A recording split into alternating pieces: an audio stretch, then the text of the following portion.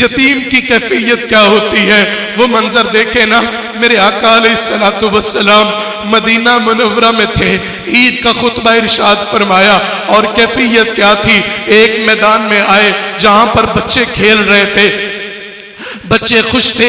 آقا علیہ الصلوۃ والسلام ان بچوں کو دیکھ کر کے خوش ہو رہے تھے. اور کیفیت کیا تھی, اچانک آقا علیہ الصلوۃ والسلام کی نظر ایک ایسے بچے پہ پڑی جس نے کپڑوں کو, نئے کپڑوں کو نہیں پہنا ہوا تھا, جس نے خوشبو کو نہیں لگایا ہوا تھا, جس کا چہرہ دھلا ہوا نہیں تھا, جس کے چہرے کے اوپر اداسی تھی, عید کی خوشیاں نہیں تھی.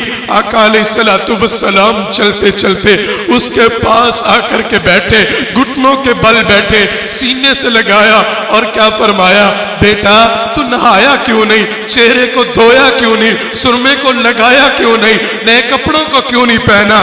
وہ بچہ رونے لگا, کہنے لگا آقا جی میرے بابا اسلام کی سربلندی کے لیے, اسلام کے نفاذ کے لیے, اللہ اکبر آپ کے دین کی بقا کے لیے لڑتے لڑتے جام شہادت نوش کر چکے ہیں. میری ماما اس دنیا فانی سے جا چکی ہیں. یا رسول اللہ میرے نخروں کو کون اٹھائے, میرے ناز کو کون اٹھائے, یا رسول اللہ مجھے کون نہلائے, کون کپڑوں کو پہنائے. آقا علیہ الصلوۃ والسلام کو اپنا دور یتیمی یاد آ گیا. لوگوں, آقا علیہ الصلوۃ والسلام نے اس بچے کو اپنے سینے سے لگایا, پھر اپنے کندھوں پہ اٹھایا اور اپنے گھر میں لے کر کے آئے, اور اپنی سب سے لاڈلی زوجہ عائشہ صدیقہ سے فرمانے لگے, عائشہ میں دنیا اور آخرت کی نعمت لے کر کے آیا ہوں, یہ یتیم بچہ ہے, آج کے بعد تو عائشہ اس کو ماں والا پیار دے گی, میں محمد مصطفیٰ اس کو باپ والا پیار دوں.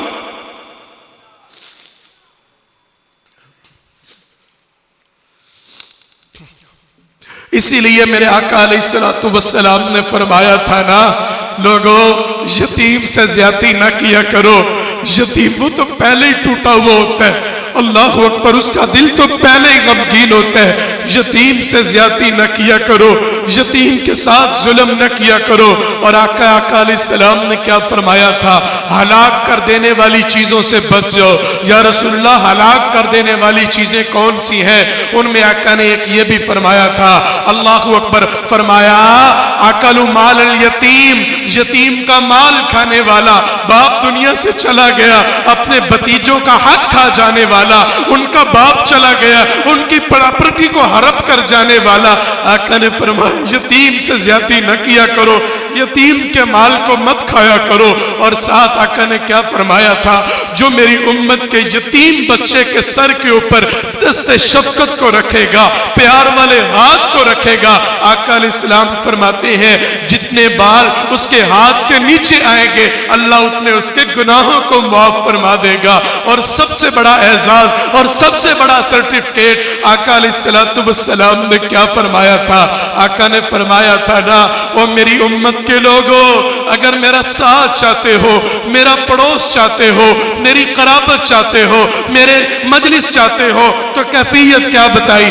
آقا علیہ السلام نے فرمایا یتیم کی کفالت کیا کرو, یتیم سے محبت کیا کرو, یتیم سے پیار کیا کرو. آقا نے فرمایا میں محمد الرسول اللہ صلی اللہ علیہ وآلہ وسلم, اللہ اکبر کبیرہ. آقا علیہ الصلوۃ والسلام ارشاد فرماتے ہیں, فرمایا میں اور یتیم کی کفالت کرنے والا, اللہ اکبر کبیرہ, قیامت کے دن جنت میں اس طرح اکٹھے جائیں گے جس طرح ہاتھ کی دو انگلیاں ساتھ ساتھ ہوتی. اللہ اکبر کبیرہ, کتنی بڑی بات. اللہ اکبر بات کر رہا تھا, آمینہ بھی سوچتی ہوگی کہ میرا بیٹا دنیا میں آئے گا, کیا سوچے گا, اللہ اکبر میرے بابا دنیا سے چلے گئے اور میرے بیٹے کے ناز اور نخرے کون اٹھائے گا. اللہ اکبر کبیرہ.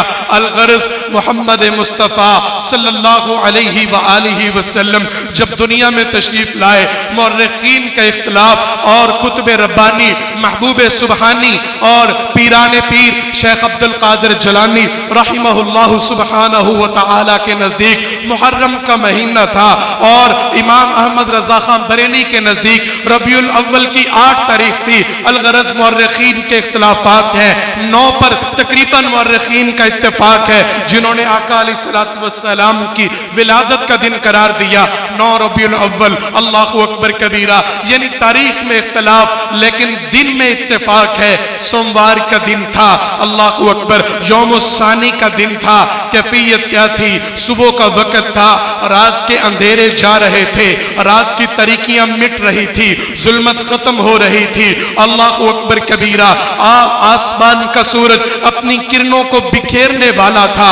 اللہ اکبر کبیرہ، فلک کے اوپر روشنی کا سما آنے والا تھا، تو اللہ رب العزت نے اپنے حبیب نبی، پوری کائنات سے زیادہ اپنے قریب نبی، رؤوف الرحیم ورحمت للعالمین نبی، اللہ اکبر، ولادت کے لیے اس وقت کا انتخاب کیا جب رات ختم ہو رہی تھی، اور اللہ ساتھ میں یہ میسج بھی سنانا چاہ رہے تھے کہ یہ وہ میرا حبیب ہے، وہ مصطفیٰ ہے جس کے آنے کے بعد ظلمتوں کے اندھیرے جھڑ جائیں گے۔ اللہ اکبر کبیرہ، انصاف کے اجالے اللہ اکبر روشن ہو جائیں گے۔ اللہ اکبر کبیرہ، رات جا رہی تھی، دن کا اجالا آ رہا تھا، تو پھر ہوا کیا؟ اللہ اکبر کبیرہ، ہوئے دین و دنیا کے سردار پیدا، جمی انبیاءوں کے سالار پیدا، مریضان عصیاں اللہ اکبر شفا پا گئے، ہوئے شفیع گناہگار پیدا۔ اللہ اکبر کبیرہ، آقا علیہ السلام دنیا میں تشریف لے کر کے آ گئے۔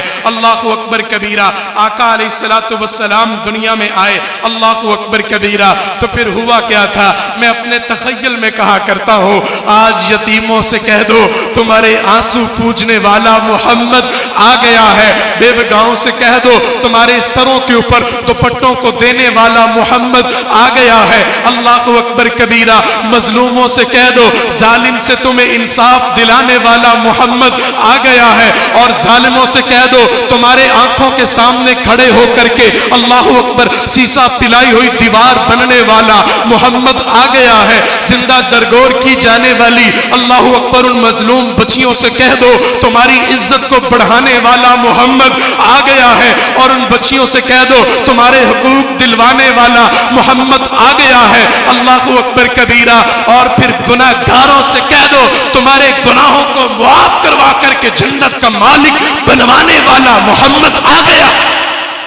اللہ اکبر لوگوں، میرے آقا علیہ السلام دنیا میں تشریف لے کر کے آئے۔ اللہ اکبر کبیرہ، صداقت کے پیکر بن کے آئے، عدالت کے امام بن کے آئے، سخاوت کے بادشاہ بن کے آئے، شجاعت کے پیکر بن کے آئے۔